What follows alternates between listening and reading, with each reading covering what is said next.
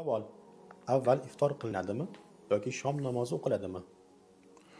Bismillahirrohmanirrohim. Alhamdulillah va salatu vassalamu ala rasulillah. Ammo ba'd.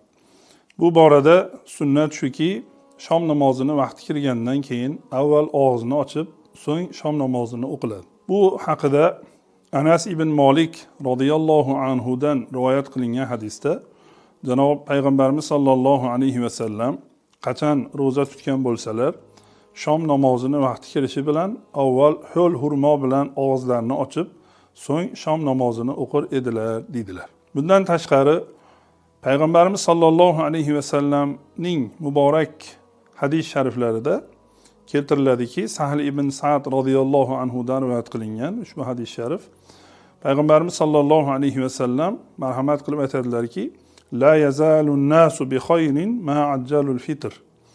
Ya'ni insonlar yaxshilikda bardavom bo'ladilar, modomiki og'iz ochishni tezlatsalar deydilar. Shuning uchun ulamolarimiz, fuqaholarimiz shom namozini vaqti kirib, quyosh botgandan keyin ro'zador avval og'zini ochib, nafsiga andek orom berganidan keyin shom namozini o'qishga turadi. Va bu hukm barcha farz, vojib va nafl ro'zalarga tegishlidir.